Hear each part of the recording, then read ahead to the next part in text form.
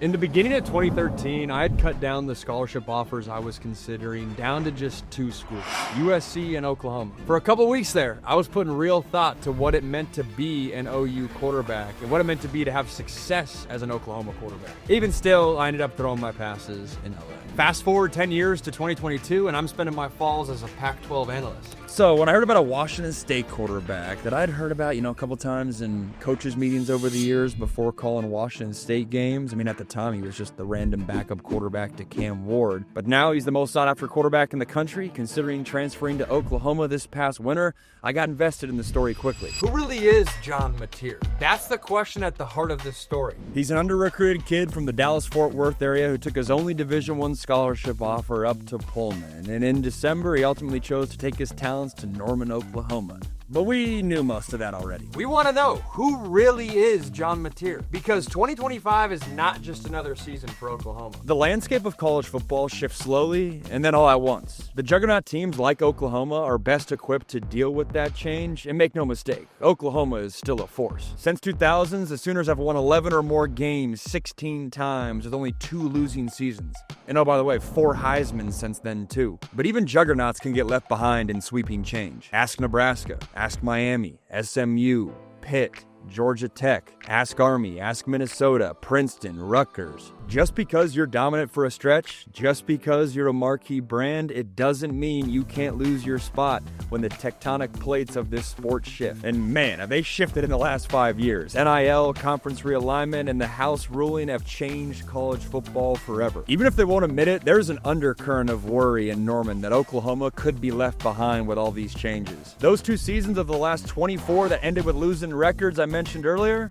yeah, both have been in the last 5 years, and both under current head coach Brent Venables. The dude's firmly on the hot seat in the first month of the 2025 season. That's why this isn't just another season at Oklahoma, and that's why the answer to who is John Mateer matters so much. A man's job hangs in the balance, and so does a legendary program's place within the new era of college football. Stakes were similarly high in Norman 10 years ago. After the last big shift in college football, the conference realignment of the early 2010s and the introduction of the college football playoff, a different transfer quarterback came in and ensured the Sooners kept their place among the sport's best teams. A one Mr. Baker Mayfield. He led them to their first playoff appearance, a win in my generation's greatest game ever played, and brought the Heisman Trophy back to Norman in 2017. The most popular answer I got to the question, who is John Mateer, is, he's a little Baker Mayfield. That's a phrase we're going to hear a lot in TV broadcasts this fall, and I'm sure it's already started by the time this video is being posted. But I think that's a terrible answer. First, because when most people say that, they're pointing to what's on the surface. Undersized dudes from Texas with a chip on their shoulders who play the game with a lot of passion, plus the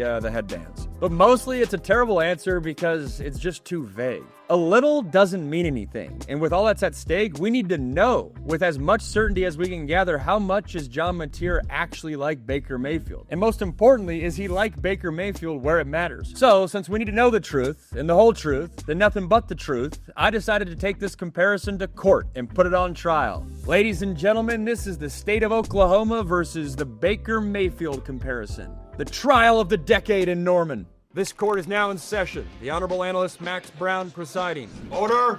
Order! John Mateer is accused on 3 accounts of imitating Baker Mayfield. Imitating his origin story, imitating his play style, and imitating his leadership style. How does the defense plead? Not guilty, Your Honor. Opening arguments then. Well, it's simple. Look at these 2 pictures. Don't pay attention to the undeniable similarities in how they look. Pay attention to the aura. It's infectious. It's undeniable.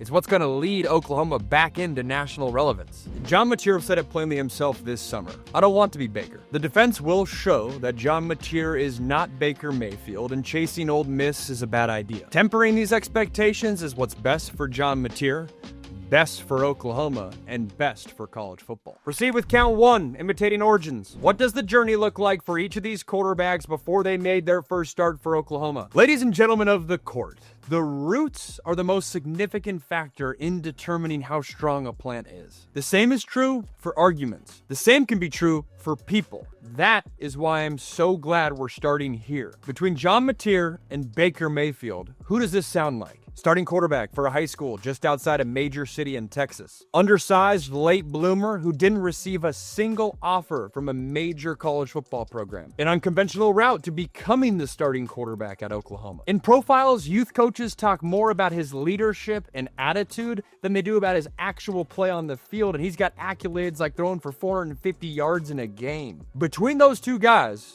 who does that sound more like? You see, that's an impossible question because all of those things apply to both men. Mateer, he was a starter at Little Elm High School outside Fort Worth. Mayfield, Lake Travis High School outside of Austin. Both grew late in their high school careers. Both only got scholarship offers to play at non-Power 4 schools. Mateer decided to go to Washington State, sit behind Cam Ward, and then transfer to OU. Baker decided to walk on at Texas Tech, start, then transfer to OU. Origin stories make the hero, and you'd have to be insane to not see the similarities between these two origin stories. The defense, similar story does not mean same story. And that distinction will result in a drastic difference for each of these men's Oklahoma careers. John Mateer was a 4-year starter at Little Elm High School, a program that made the jump to Texas 6A football in the middle of John's high school career. That transition was not an easy one. Little Elm's best record with John behind center was just 5-5. Baker Mayfield now, he started 2 years at Lake Travis High School and he won more games in a single season than John did during his entire high school career. Baker was 25-2 as a high school starter and picked up a state title along the way. The difference in those expectations are stark. And that's before we get to those first few years of college. Yes, both guys started games at other schools before getting to Norman, but the similarities between these two guys' college years end there. In Lubbock, Baker became the first true freshman walk-on quarterback to start an FBS season opener ever. Injuries did play a role in that, but so did the immense confidence that Baker had as a result of his high school career. He didn't think it was weird that he beat out guys above him on scholarship. He had just spent the last 2 seasons outplaying guys on the opposing sideline that had scholarship offers. The season was filled with high highs, like earning Big 12 Offensive Player of the Week, and low lows, like losing the starting job to fellow true freshman quarterback at the time, Davis Webb. After that year, the Texas Tech coaching staff allegedly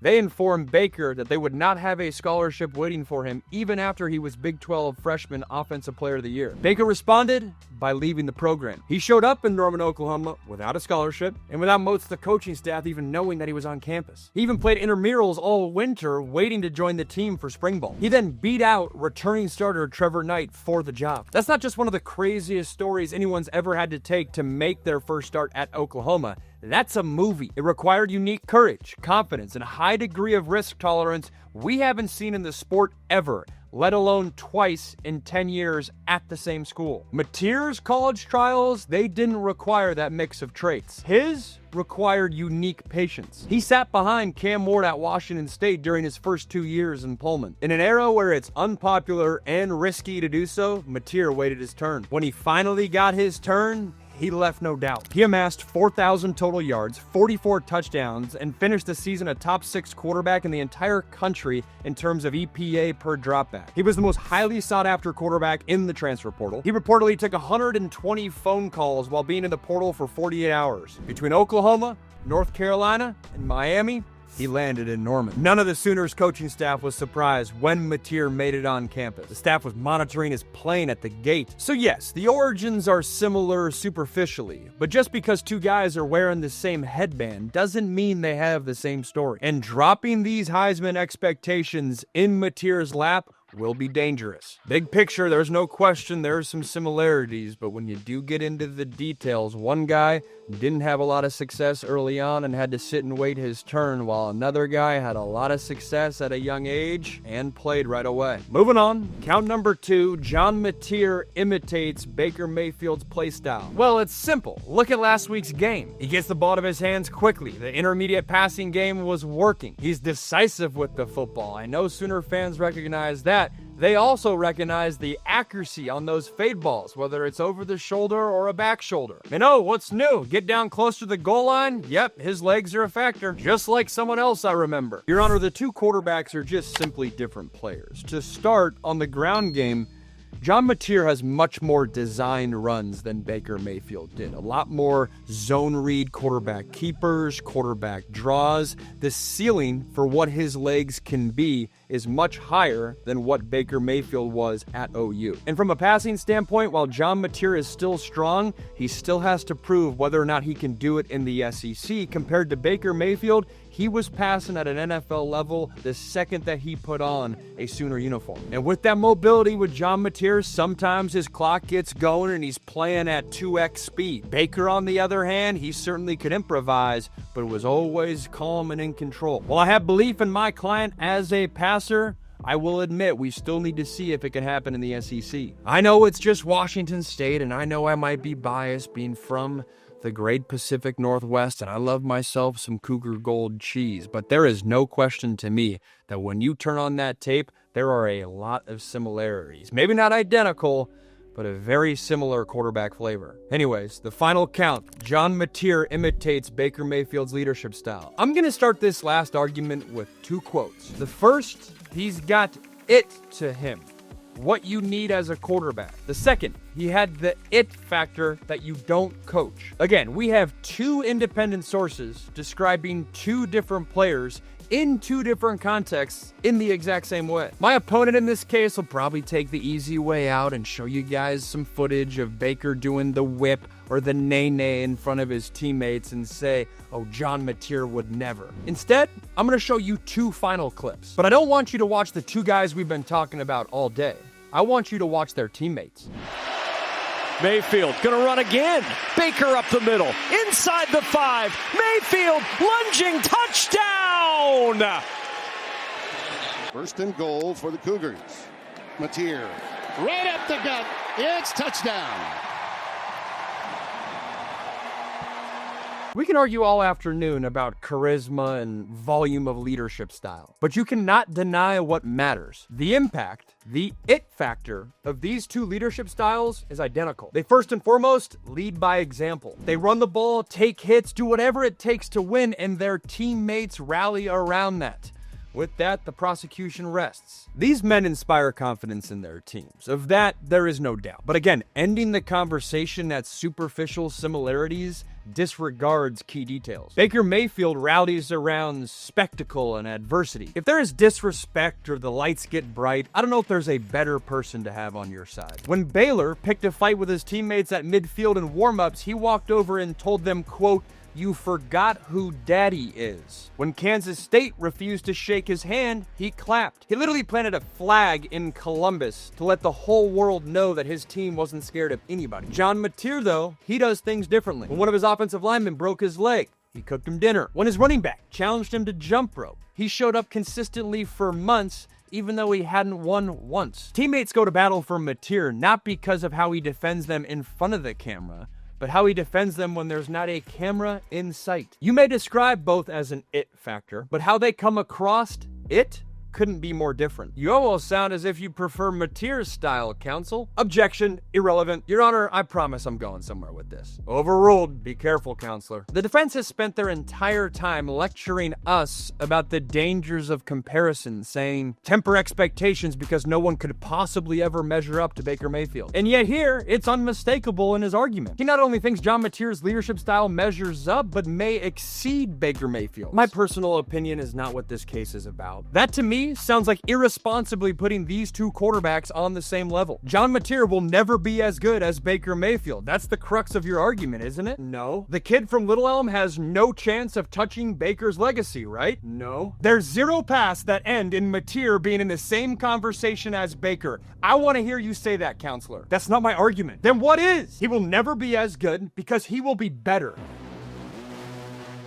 Order! You have both given me a lot to think about. On the count of imitating origins, John Mateer is not guilty. On the count of imitating play style, John Mateer is guilty. On the count of imitating leadership style, John Mateer is not guilty.